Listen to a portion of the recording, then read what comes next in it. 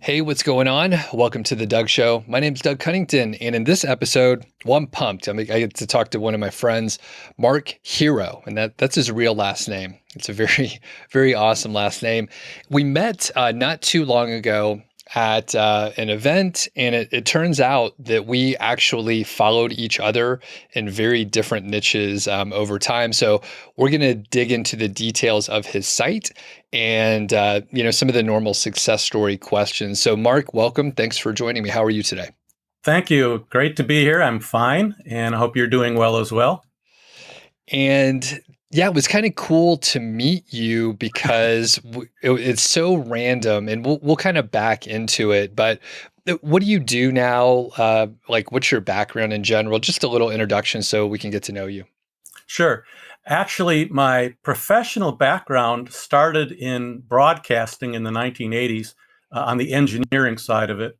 And then I transitioned to telecommunications. And my last, I retired from my job as the assistant director of telecommunications for a large university, which has no relation whatsoever to my website. My website is all about shaving, specifically what your father didn't teach you about shaving. So something that is very random and seemingly unrelated to my profession is what I ended up doing as a passion project that became a full-time job. Got it. And you're able to share the name of the site and everything, right? Sure, the site is sharpologist.com. Okay. And we'll get into all the details for sure, but I always like to dive in deeper, especially you said you worked in TV on the engineering side. So what does that mean exactly? Is that just like core production kind of stuff, like back room sort of thing?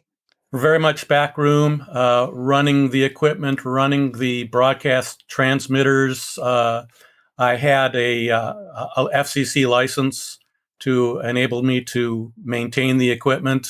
So I was rarely, if ever, in front of a camera. I was mainly in back of a camera, making sure the shows went well. Gotcha. And how many years were you doing that? Well, actually, in a way, it goes back to my teenage years. I got my first ham radio license when I was 12, Okay. and went to school in the late 70s and got a degree in broadcast engineering in the early 80s. So I worked in broadcasting pretty much through the 80s, late 80s, early 90s. I transitioned to more of telecommunications kinds of things. Gotcha. Interesting. And were you like a talk radio nerd as well? And I threw in nerd. I mean, you got into ham radio, so that kind of goes hand in hand, right? So were you into like talk radio and stuff? Actually, no. Okay. I was basically a gadget freak. I loved playing with the toys, Got it. and broadcast equipment had some great toys to play with at the time. Okay. And yeah, and I was just thinking like the technology shift from the late 70s to the late 90s was like super dramatic.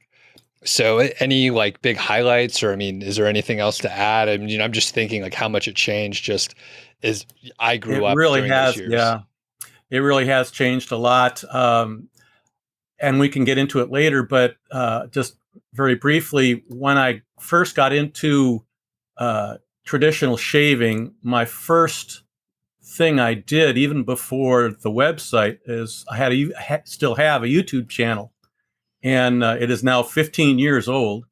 And so here was this broadcast guy, all of a sudden thrown into modern video of things like nonlinear editing and all the technologies that went into digital television, digital video, which I had basically to relearn or learn for the first time in order to use. Got it. Very interesting. And let's shift and start talking about your website here. So how did you actually get into like traditional shaving and stuff? And can you explain it for the people that don't know and maybe they use like an electric razor or something like that? Sure. Actually, I used an electric razor for 30 odd years and never thought anything of it. Zip, zip, 2 minutes and I was done. Then in the 90s, I met a young lady who is now my wife. And she was just one of these people that adored the way my face felt right after I had shaved. And we went along like that and got married in the early 2000s. And one year we had our wedding anniversary in Las Vegas. And one morning she said, "Don't shave today. I have a anniversary present for you." And she took me to a store called The Art of Shaving, where they gave me an old-fashioned barber shave with the warm lather and the single blade razor and the towel and the whole thing. And the results were just so dramatic for me. I just had never felt anything so smooth and soft on my own face. It was just literally life changing. And of course, my wife was thrilled. So after we got back from uh, our trip, I started really trying to research more about how to shave this way, and discovered a real sub niche, a subsection of shaving where you use the old-fashioned double-edged razor, one blade with shaving cream or shaving soap applied with a shaving brush, and then shaving in a very specific way to achieve that baby's butt smooth look, if you will. And that's what got me started into the whole thing. And that was early 2000s. Yeah. Okay. I think my first YouTube video, by the time I got comfortable with it and wanted to try a video, was 2004. So yeah, early 2000s. Got it. Okay. And then we'll fast forward a little bit because I followed your stuff for a short time. So rewind to maybe like, I don't know, 10 to 15 years ago. I was thinking, oh, I want to like upgrade my shaving routine. I had gone through electric razors and like just the sort of typical like Bic type razor, just sort of cheap disposable sort of things. And then I don't know why I thought, hey, I want to get into traditional shaving, but I Googled some stuff and I ended up on your site and maybe even on YouTube and watched a video or two. And what are the brushes made of? It's like badger fur or something. There are a number of different fiber types. The classic one is badger. There is also boar hair. Those two animals are actually killed for their pelts. So if you want to have something a little more earth friendly, there is also horsehair. And then just over the past couple of years, synthetic fibers have gotten really, really good. Got it. So I remember watching a few videos to get some pointers, and then I, got a razor, got a brush, did it for a while, and then I got lazier as I stopped working a traditional job. I was like, you know what? I'm going to look like a slob most of the time, which that's kind of the look that I go for now. But the point being, fast forward, we were in San Diego. We were at this Ezoic event, which you use Ezoic to monetize your site, right? So we'll talk about that coming up. Anyway, we were standing around and, you said, hey, Doug, I watched your channel a little bit. Good to meet you. And then I sat down and ate dinner with you and your wife. And then I realized after about 10 minutes that I had watched your video and probably used your affiliate link to buy the stuff that I purchased. So full circle, kind of crazy. And here we are talking now. So it's a small world. So you've been working on this niche for several years, and it just happened to be a passion thing that you got into like fairly later in life generally. Cool. Yes. All right. So let's jump. I do like to hear like monetarily as much as possible, like how much are you earning if you're able to share much, and how much traffic is on the site. And some of this is proprietary, I understand. So as much as you're willing to share, we'd love to hear it. Sure. Honestly, COVID over the last 3 years has kind of given me a hit on my revenue, partly because I used to travel the country going to high-end spa barbershops to give presentations on shaving to their clients. With COVID, that revenue stream has gone away. In fact, just really lately, the Ezoic trip I made from Texas to California was actually my first trip since COVID.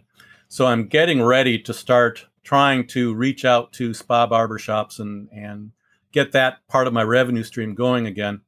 Excluding of that, I was making low six figures before that.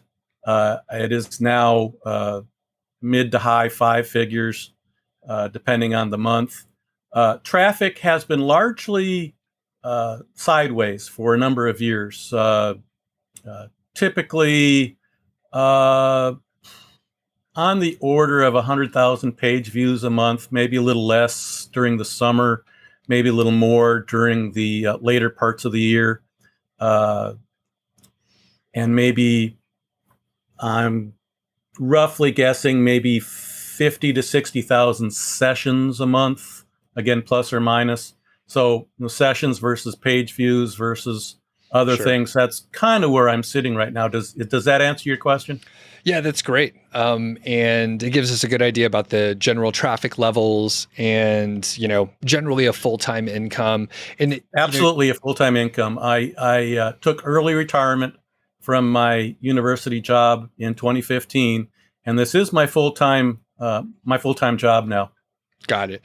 And my other area of interest is personal finance and financial independence. And this is one of the things where if you can get something going on the side and you have worked for a while, you can do like an early retirement or consider this sort of a partial employment where you don't have to make six figures or higher because you have some other investments that you can live off of. We're getting deeper into the weeds of personal finance, but generally, this is perfect. And you could take bigger trips or invest for family members, children, nephews, nieces, whatever, or you're able to travel, so you're able to Right. hopefully enjoy as you're traveling for business, and then it's all within the business and it works out well.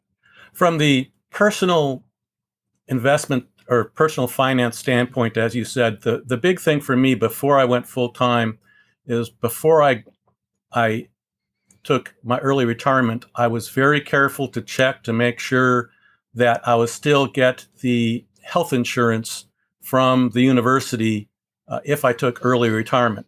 Once that was confirmed that I still would get health benefits or insurance benefits, that made the decision much, much easier.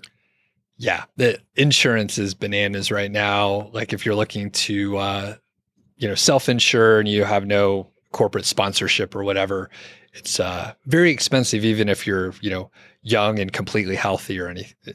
Yeah, just so expensive. Okay. Yeah. Very good. So let's talk about like those early days starting the site. So you got interested in shaving. I assume you got obsessed and you thought, I want to share this, right? Just a little bit.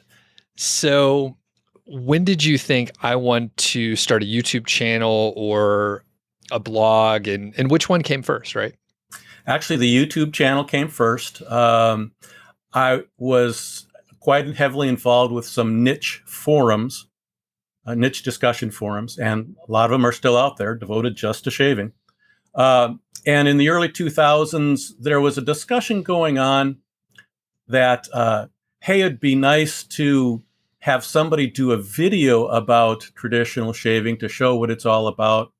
And the kind of the conventional wisdom at the time was, no, I don't think that's going to work because you kind of need to be there in person to feel the lather and get an idea of context and things like that. But at the same time, for my old job, I had just returned from a conference where I had won, as a door prize, a video camera. Wow. And with my broadcast background, I kind of put some messages on these forums saying, oh, maybe I can do this. I've got the background for it and we can try it. And there's this new site called YouTube. And so I made some demonstration video for this niche forum. And all of a sudden, it didn't seem so impossible. So they encouraged me to go ahead and put this on YouTube. And I think as I said earlier, I think my first video was 2004. And that's where it started. And at first, there was very little activity on it. It just sort of languished along with most other YouTube channels. Then somebody from Lifehacker picked up on it, and Hacker exploded the subscriber base. So that was where things really got started. And I had been quite happy just doing YouTube video for some time when one of my shaving converts, if you will, who also happened to be an owner of a digital media company in Milwaukee, said, well, you need to add a website to this. And at first I thought, no, that's going to be too much work. I can't do it. And he said, well, I'll help you. We'll my company will get you up and running. We'll share what revenue you get 50-50, and we'll try that. So in 2011, with his help, Andy Tarnoff of onmilwaukee.com, we started sharpologist.com. And at first, and for several years, it was most definitely a side gig. There was very little revenue to it. I got onto AdSense, which was trivial. Did some Amazon affiliate, which was also very trivial. And nothing really happened until it just started growing organically in the 2013 to 14 timeframe. Things started ramping up then. And again, by 2015, I realized, hey, I could take this thing full time. Okay. And so in 2015 is when you were making enough to go full time. Okay. Yes. And did you say Andy was the person that helped you out? Yes. Is Andy still a partner, or did you? No, he's not. We amicably parted ways. I realized I could make a full-time job of this if I had all the revenue. Okay. And so we parted amicably. We still talk all the time. I just, instead of using his infrastructure, I went and got a web host and got onto WordPress and went that route. Okay, cool. And did you, as much as you want to share as normal, so did you bought him out as the partner? There was no real buyout. Okay. We had made a contract early on that said, hey, if things aren't going the way we want, or we want a part company, that's fine. It just was a 30-day notice kind of thing. Okay. No harm, no foul. We just walk away. Okay, that's cool. That's great, because I know that could end up pretty contentious if people start thinking about the, in air quotes, like the potential of something, and then they're not willing to put in the work. But it sounds like you guys worked it out perfectly. So absolutely, great. Yeah. Okay, so that was 2015, and when did you leave the university job? 2015. Oh, you did? Okay, so you've been doing this. Same year. Awesome. And was there a big like lifestyle change at that point, as far as like, your work habits, or like were you sort of burned out from the university job and the bureaucracy, which I assume happens at all universities? So yeah, what was it like going out on your own? Yeah, I was quite burned out.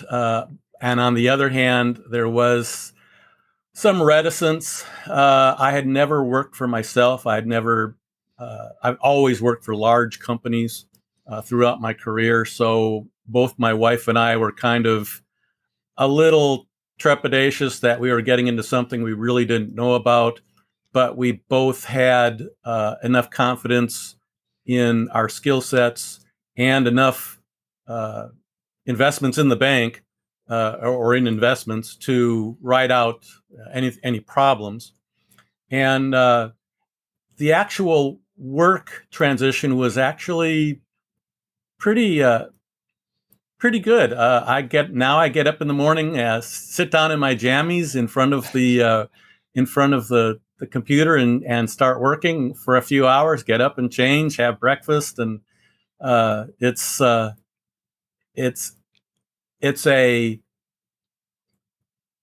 schedule. It's a routine, but a different routine. Sure. And one of the great things, at least for me, is I get to choose what I'm working on. So all the projects, at least I'm excited about. And if I'm not, then I'm making really dumb decisions because I get to choose what I work on. So I may as well choose fun stuff. So I imagine it's the same way where you're Similar, yeah. Although I'm sure, just like you, I do have the occasional deadline where I have to get something done by X date, and that kind of slows me down a little bit. But yeah, I generally pick and choose what I want to work on first, and then move on from there. Yeah. cool. Okay, well let's talk about some of the nuts and bolts with the site. So you started, if I got this right, around 2011, and you had been working on YouTube for a little while. With the site, how much content is there now, and can you talk about like your writing process and sort of, yeah, basically what you've been doing the last several years? Sure. Uh, I have averaged three posts a week for the past 10 years. So I've got about 1,500 posts on the site right now.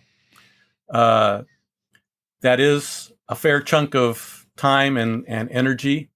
Um, by coincidence, purely as another side gig that I've been doing since my high school days, I was doing freelance magazine writing. And in fact, did some freelance articles for ham radio magazines. And so I had some skills, some writing skills, which I tried to enhance in college with some English classes and some technical writing classes and things like that. So it wasn't like I was coming in totally without any experience at all in writing. So that really did help. In fact, it's only been within the past couple of years that I've started struggling with finding keywords that I haven't already mined and getting over kind of a writer's block to get going on certain parts of writing. I've been trying something very lately to help with that by using some of the new artificial intelligence writers like Jasper and Outranking and Word Hero, things like that, to kind of help me over the hump on that. I don't rely on them for doing everything because that's a recipe for disaster. Sure. But I do use them as an aid to write with. Okay.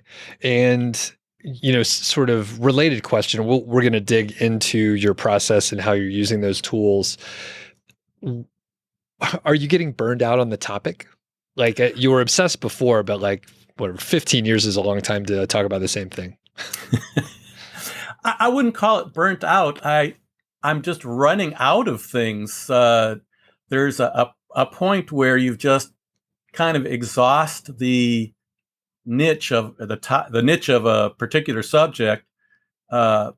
New products come out, yes. New things to try, but the fundamentals of shaving just really haven't changed a whole lot in the past 10 years. And new products do come out, but they tend to be riffs on products that are already out. So it's been getting a little more difficult to come up with fresh content. But at the same time, I have been going back to old content and refreshing old content, which has helped some too, as far as search engine optimization and people finding the site and things like that. Okay, cool. And let's dig into that a little bit. So let's say there's a keyword that you find and you've written about it, say 8 years ago, something like that. And it's maybe getting a little traffic. How do you approach revamping it and updating it? Sure. First, like you mentioned, I do check traffic. I'll take a look at both my analytics and my Google Search Console. And if a particular older post is getting a fairly significant amount of traffic, I will prioritize it over another piece that may not be getting as much traffic to look at again, check the competitors in that keyword, see where I rank, and then I will look at the article from two perspectives. One, from the original perspective of I wrote it for, and then I'll run it through a couple tools, like, for example, uh, well, Outranking, for example, has a topic analysis or article analysis tool. The SEO Power Suite that I use occasionally has tools to audit a web page.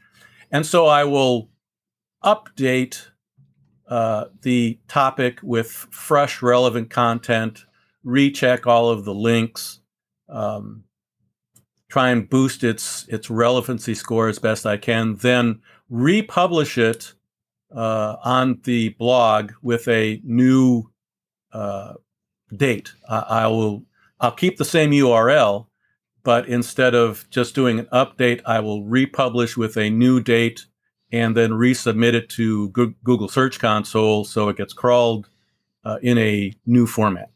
Got it. Do you take original images for your post and, maybe on one that you're updating, do you update it with like new images or something like that if you have the ability to? If it depends on the post, I will particularly if it's really old and the resolution isn't quite there. I will take new images. Sometimes I will add an image, and sometimes I'll just add a stock image when it's appropriate, when it matches the text, just to break up a big old wall of text if I have to. Okay, got it. And going back to some of the sort of writing, it's one of those things that I now observe now that I've talked to a lot of people. The folks that have the highest rate of success, it seems, have a writing background, and it's not as much of a hurdle. How did you start writing for the magazine, by the way? It was one of those random things again. I was a ham radio operator early on, got some ham radio magazines, and the editor of one of the magazines once did an editorial saying, "Hey, why don't you write for us?" And at that particular time, I was working on a computer program for a computer class in high school, and it was related to ham radio. So I wrote an article about how I wrote this computer program and just blindly sent it into the magazine. They wrote back quite quickly, said, "We like this. We want to publish it. And oh, by the way, we're going to send you a check." And so that was kind of a motivator, too. Having a high school kid all of a sudden get some money out of nowhere for writing some stuff was kind of cool. Wow. And I guess you were a decent writer in high school, so you felt confident enough to even submit it. How many years did you write for the magazine? It wasn't that long. It was the occasional freelance writing, starting in high school, going through most of my college days. But after I graduated college, that had pretty much been set aside. Okay. But you had the skills and you could, hit a word count or make it short enough or whatever constraints, the skills that you Right. get like doing journalism stuff. Awesome. Right. Did you learn anything else aside from like the core, pieces of writing and hitting a deadline? Anything else that you learned from that gig? Yeah, I knew it. I realized I did a lot of it wrong. For example, I used to just blindly send in an article draft to a magazine and say, "Here, try this. What do you think of it?" Instead of doing something easier like a query letter saying, "Here, I want to write about this topic. What do you think?" So I saved myself a lot of time and trouble by learning how to do queries to editors versus just sending them drafts blindly. Um, Also, some fundamental things I got from like technical writing classes or college and uh, English classes of just the fundamentals of writing for certain audiences. For example, just a very brief example, uh, in print, you uh, attribute a quote a certain way, but if you are writing a video narration or going in broadcasting, you attribute a quote another way. So it's just different ways of doing it. And I just never knew about those things until I took those classes. Gotcha. Yeah, I think I probably mess all the things you just mentioned up.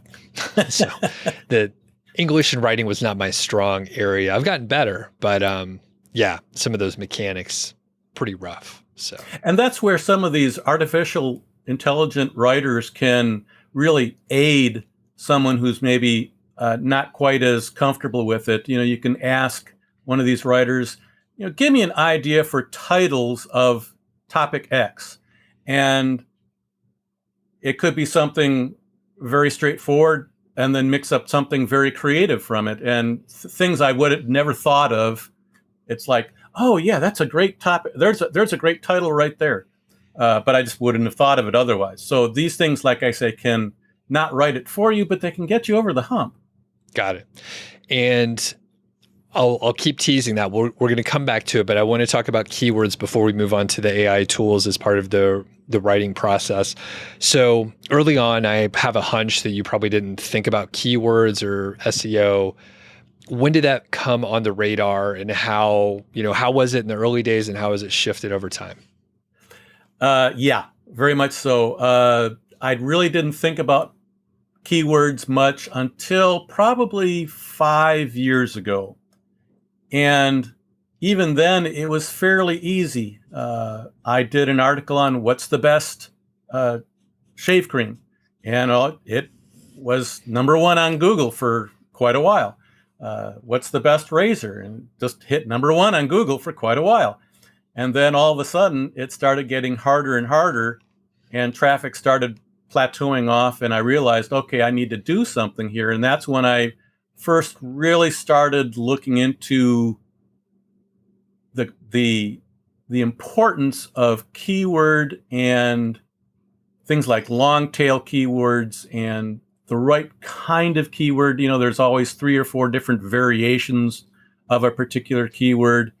And it's gotten much, much tougher since to do good keyword research in my niche and get ranked for it. I still do get ranked. Don't get me wrong. I'm very proud of my rankings on a lot of the subjects I talk about, but it is something that I can't take for granted anymore. Got it.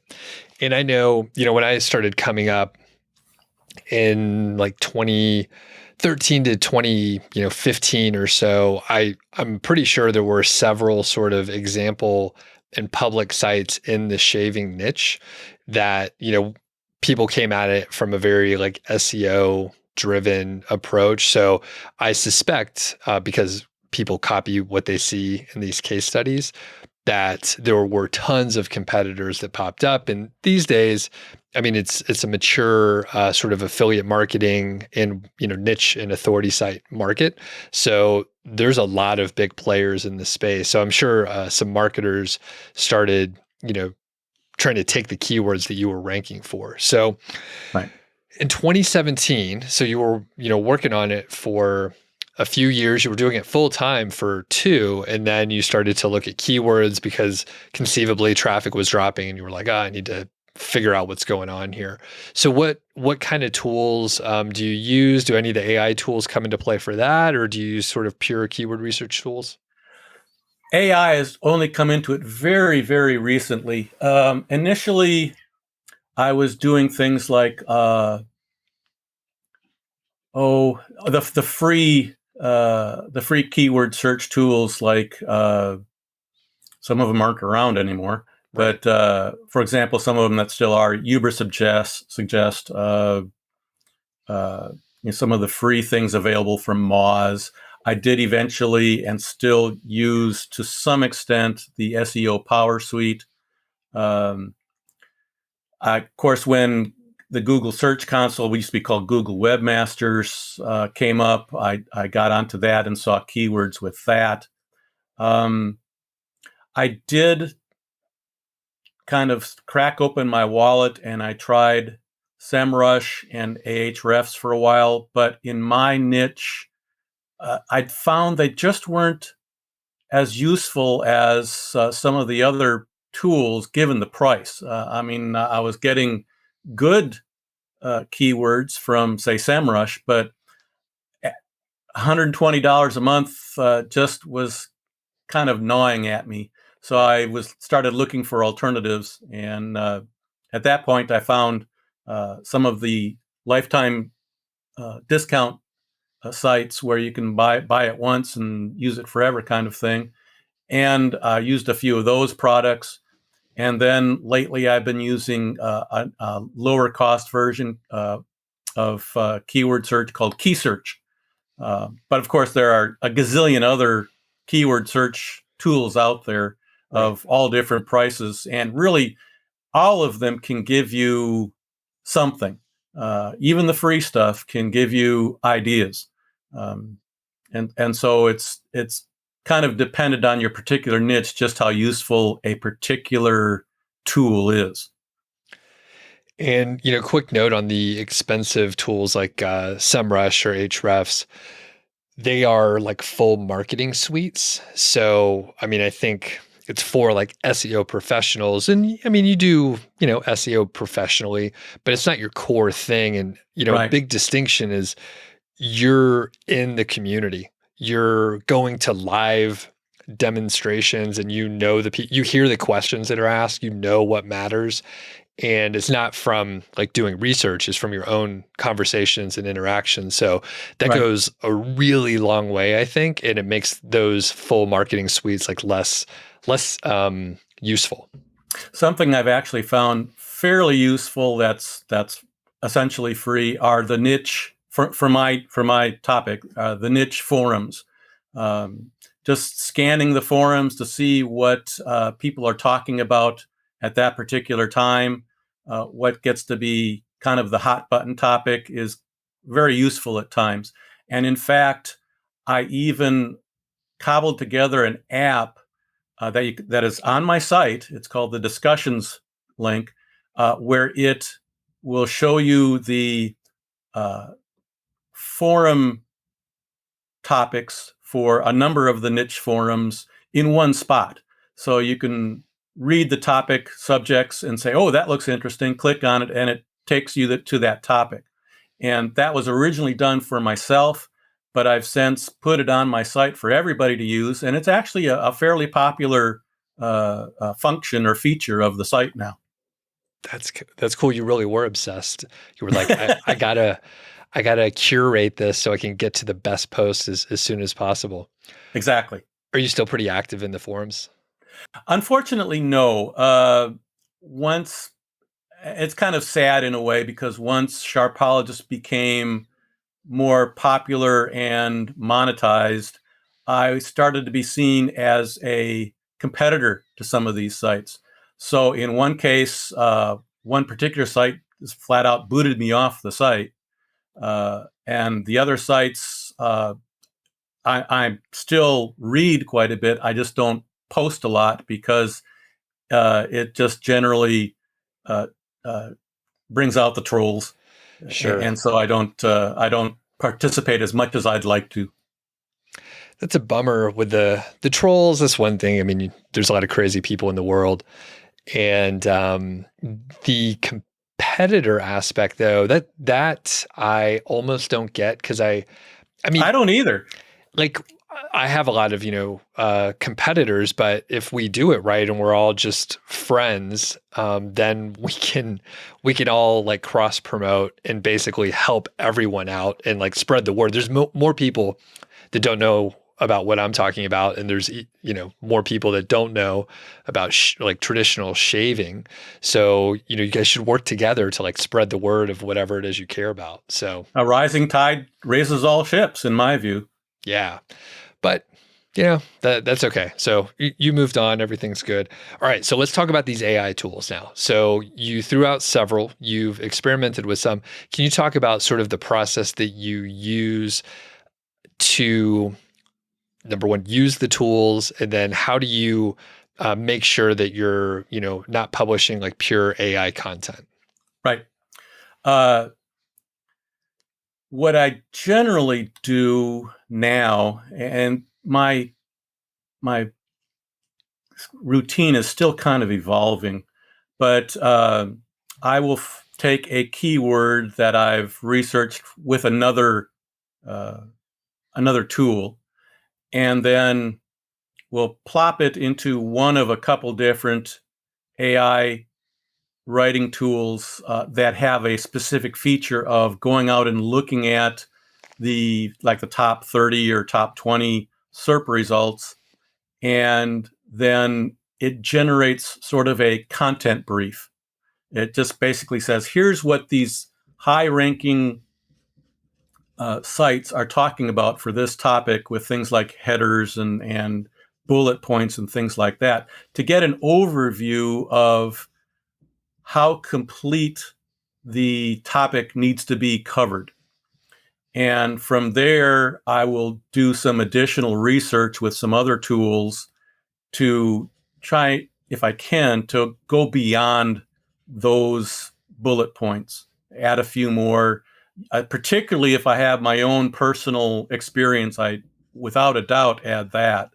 That's become much more important than it used to be, particularly for if you're doing something like a top 10 listicle, for example.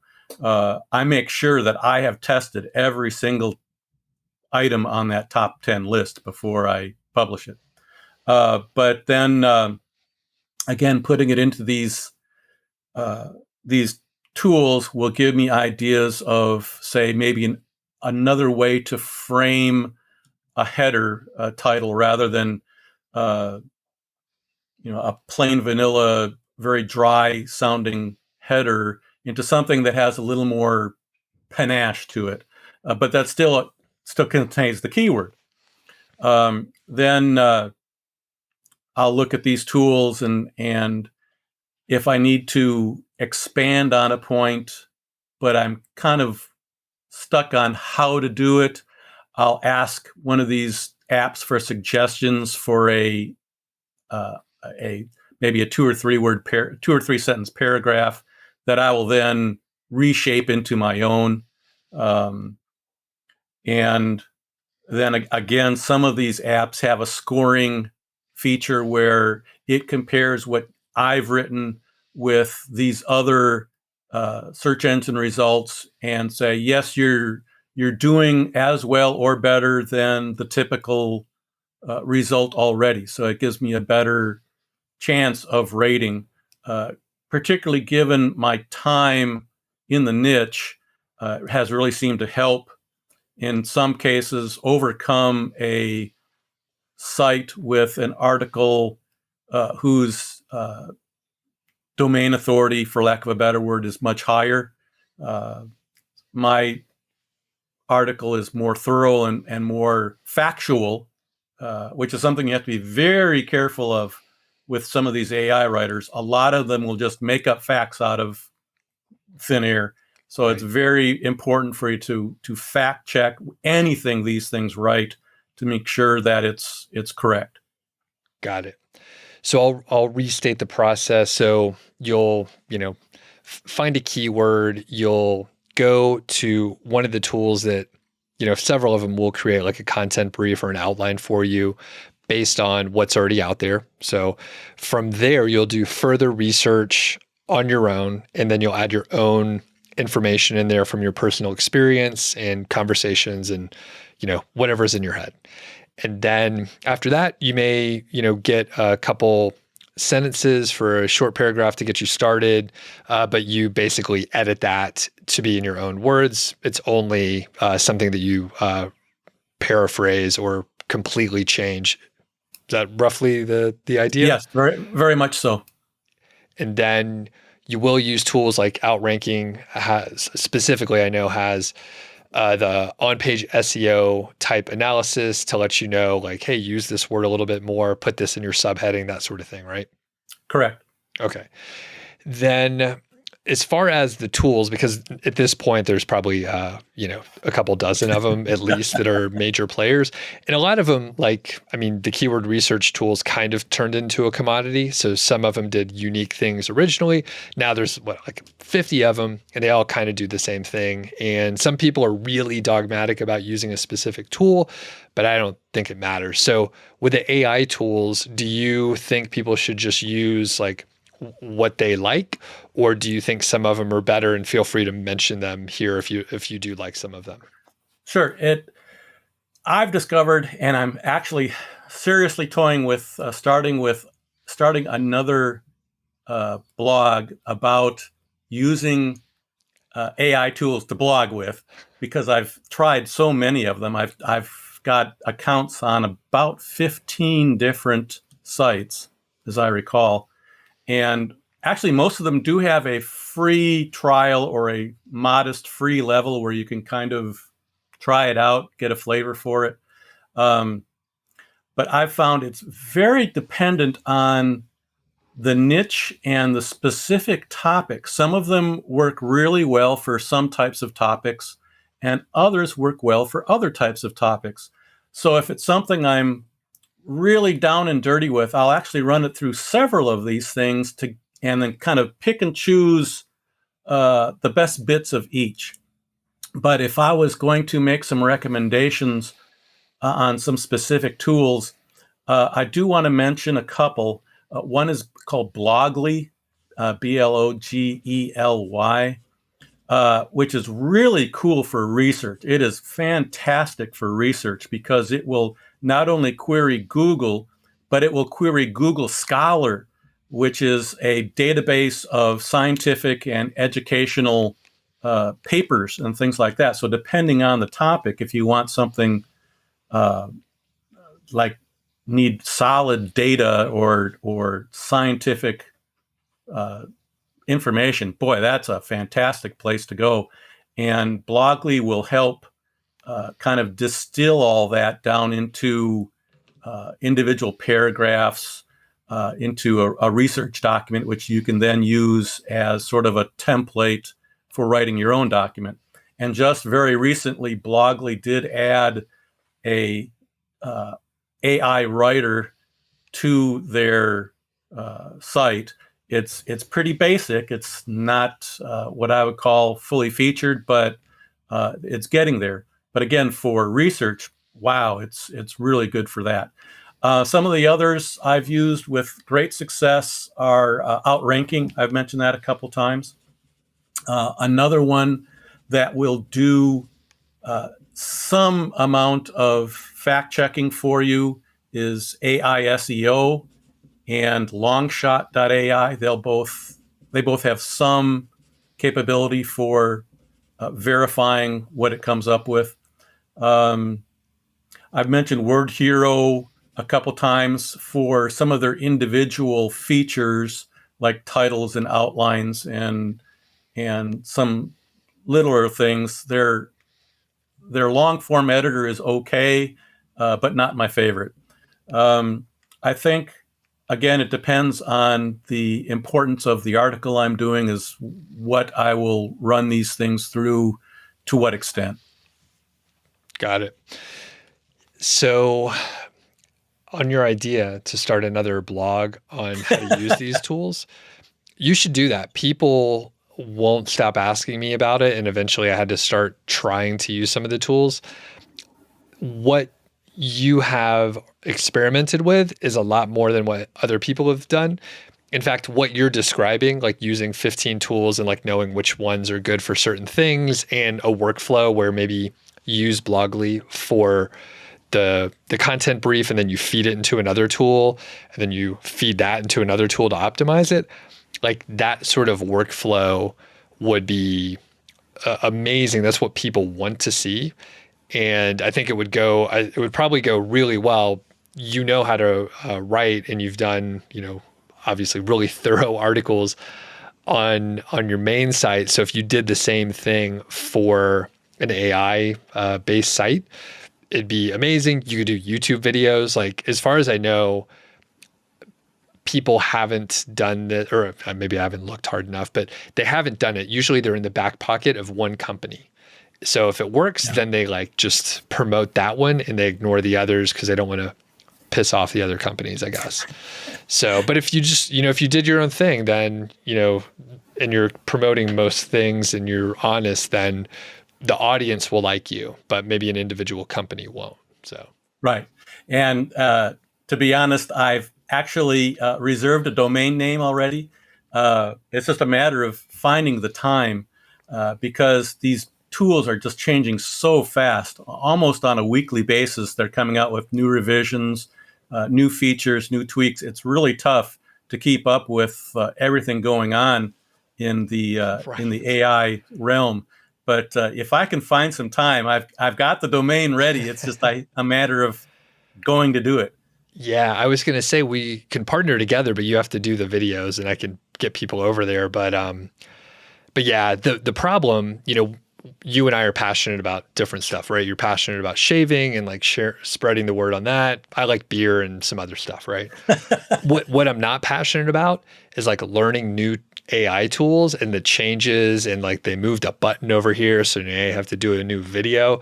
I am not passionate about that. I don't care, and it's really like uninteresting to me. Yeah, it's tough. So, especially if you're like, all right, this is the good tool that I want to use and this is the workflow, and then you have to still review tools that you don't like or that you're not interested in, and that eventually it sounds like a job what we just created. Right. I talked myself out of it. So but people would love that, and I've mentioned it on live streams and shows before where like if someone wanted to start something out of the blue and they had no following, if they did this and stuck with it for a year, I'm pretty sure they'd be like one of the top performing sites in the space on reviews. Because as far as I know, like I said, no one's doing like really good reviews that are honest. Yeah. So what I was actually thinking of was taking a keyword, running it through each tool and seeing what it came up with. Yep. Yeah, it's like people would just check that out to see, what the output was and like, how accurate are some of these, like basically giving the same output and you have the same engine behind it. It's just like a different facade on the front. So many things. So, Mark, are you pretty good on time? We're going to go a little bit later. Doing okay. I'm doing okay. So, a couple other questions here. So, you talked about your keyword process. You talked a little bit about the content and using AI tools. What about link building? Do you do any kind of promotion or anything like that? Very little. I have discovered this is in my niche, that link building and social media are just huge time sucks that the ROI is just not there. I don't discount link building, but I don't go out of my way to link build. I think creating quality content that is rating well will bring the backlinks to me.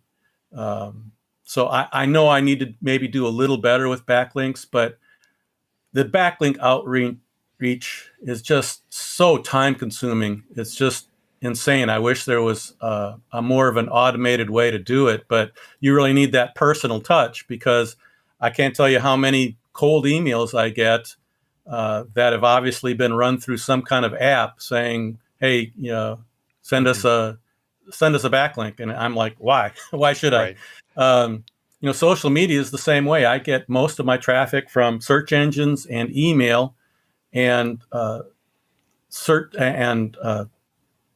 social media in my niche just is not very popular with the niche. I do use, again, an semi-automated tool called, in my case, it's called Missing Letter, where it will extract with an AI. It'll extract images and relevant quotes from an article, put together a 1-year drip campaign. I'll tweak it for individual social channels and then let it run. And that has helped me quite a bit stay off social media to the point of exclusion of all else, which might happen if I wasn't careful. But you know, I do use some automated social media tools, but it's just not where my customers are. Right. And I think if you're not on that platform as a user and enjoying it, then it's probably not as fun to create the content. And social media can be a bit of a treadmill. It can be super effective if you're willing to put in the time, but if you don't find it exciting, then it's not a very fun thing to work on. I mean, given the choice between making content for the site and making specific content for social media, the ROI is just obvious. It's on the site. So I use social media, but I'm not a huge user of it. Cool. And I think, big takeaway and one thing, at the Club 22 event at Ezoic, a lot of people created sites that they were interested and passionate in the topic area, and you would be doing it anyway, most likely. You didn't know that you could earn money, and then you figured out that you could, and it turned out nice for everyone. So the links that you have, like you mentioned, Lifehacker picked you up early on to, maybe for the video. I'm not sure if it was the video or the blog. It was for the video. So you end up with backlinks because of, doing it for a long time and creating the high quality content, which is what, that's what, quote, Google wants. And that's what, a lot of people do say, like, just wait for the links to come and it'll be a little bit higher quality anyway. So, all right. Very good. Now, obviously, it sounds like this site has impacted your life in a positive way. So, yeah, how would you describe it? How has this site impacted your life? Wow. It is just very weird being recognized as I guess the word is now influencer, but not back then. But to have someone recognize you and say, "Oh yeah, I remember seeing you on YouTube," or "I've seen your site," or something like that. It's for something as random as shaving. It just continues to amaze me. There are shave meetups where several hundred people get together with vendors and things selling shave stuff. They talk about shave stuff. They demonstrate shave stuff. And when I go to one of these things, sometimes it's like I'm a rock star because they recognize me from the videos and the site. It's almost kind of surreal, but the person I do it for most is my wife, because she's the one that started me on this whole thing by caressing my face, which I enjoy. And now it's like, hey, sweetheart, I need to spend this money on some shaving razors and some shaving cream. And she's like, okay, go ahead, fine by me. She's all into it, and I'm beginning to bring her up to speed on actually helping me out with the site. And it's turned out to be really cool to be able to pick and choose the time I want. Sometimes I have 12-hour days. There's no doubt about it. Sometimes I take the day off and do something fun and don't even think about the website. It's something I could never do with a 9-to-5 job. That's cool. It's amazing. And yeah, your wife's lovely. I sat and had dinner with you guys. So it was good chatting with you both. One thing I'll throw in here that we didn't talk too much about monetization, but you do monetize with Ezoic, and we could treat this like a little ad. But yeah, what is it like working with Ezoic? When did you start working with Ezoic? Did you approach them? Did they approach you? Yeah. Like, how did that all work out? Yeah, as just a bit of a background, when I started the site in 2011, I went with AdSense. And the results just were not there. I was getting, a few dollars a month. It was beer money. And the readers of the site did not like the ads. I used to get comments all the time. It was like, you've got too many ads. These ads don't make any sense. Eventually, it just was too much of a pain in the butt, and I just dropped AdSense. And then for several years, I used some WordPress plugins to create some very targeted, relevant ads for affiliates. Obviously Amazon, some of the other shaving vendors are on affiliate platforms, so I would take those banners and monetize them, and just kind of rocked along with that until basically COVID hit, and again, that revenue stream that I had for going out and doing these presentations just dropped to nothing. So I needed to find another stream of revenue, and considered AdSense again, but it was just, again, kind of a pain in the butt. I didn't really want to do it. And then a cold email from Ezoic said, "Hey, what do you think about partnering with us?" And I did a quick Google search on Ezoic, discovered that they were one of the premier providers in this space. Did a little looking around, a little research. Yes, there seemed to be a good company, good reputation. So I decided, okay, I'll give this a chance. Signed up, switched the site over, and to my absolute surprise, started making significant amounts of revenue right away, four-figure revenue right away, which kind of blew my mind, mm-hmm. and not one complaint from a reader about ads on the site, which really surprised me.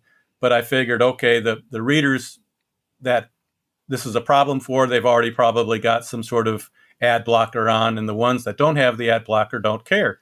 So I have yet to get any kind of feedback from a reader saying, "Hey, I don't like ads on the site." And working with Ezoic has been very easy and very revenue generating for me, much to my surprise. So I've been very, very pleased with Ezoic. Cool. And you want to give a shout out to your account manager there? Alyssa is my account manager. She's been very, very helpful. And in fact, met her at the Ezoic conference you and I attended. And it was great seeing her and all the other people associated with the company. Didn't realize actually it was that big until I went out there. Yeah, it's pretty amazing. And yeah, I'll be sure to get this over to the team so they see that Alyssa got a shout out. Yeah, it was great. It's been great working with Ezoic over the last few years. And yeah, I wasn't sure how long you had been working with them. So really just last couple of years. About it. Yeah, a little over a year. Okay. Awesome. Very good. And yeah, that'll conclude the ad portion, which we didn't even rehearse. It's just, I knew that it would be fine. For people that are maybe wanting to go in your footsteps and, go full time, what advice do you have for them? You gave us so many tips, but any, sort of high level ideas or things you want to bring out now? Definitely. This is a long-term deal. I would be very, very surprised if somebody got a full-time income within, say, 2 years. No matter what niche you may be thinking about. This is going in it for the long haul. So build the fundamentals of your site. Make sure you've got decent hosting. It's reasonably fast. It's set up reasonably well. Get some good, solid content on there, and do it consistently. Now, I'm doing 3 posts a week. If that's too much, that's fine. Do 2 posts a month or once a week or whatever. Just make it consistent so people expect things from you at particular times. And then just ramp up accordingly and organically. If you happen to get a spike from a viral post, hey, great, run with it, but don't expect it. Just take things one step at a time, and after a few years, you'll suddenly discover the revenue curve is starting to increase, and then sometimes increase dramatically, and that's the time to really start thinking about spreading your wings. Awesome. Mark, this has been amazing. Thanks for spending the time with us today. Where should people find you? You can find me on the website, sharpologist.com. I'm probably most active on Twitter for myself, as my user handle is Mantic59. although Sharpologist does maintain a Twitter account as well. It's basically just automated stuff there. But me, I'm on the Mantic59 account. Facebook, same thing, Mantic59 or Sharpologist. I'm just now dipping my toes into Instagram and Pinterest, but I haven't done a whole lot with that yet. And then, of course, email. Use the contact form on Sharpologist if you need to get a hold of me, and I'll be happy to help you out as best I can. Cool. Awesome. Yeah, we'll link up to everything so people can find it easily. And thanks again, Mark, and we'll talk to you soon.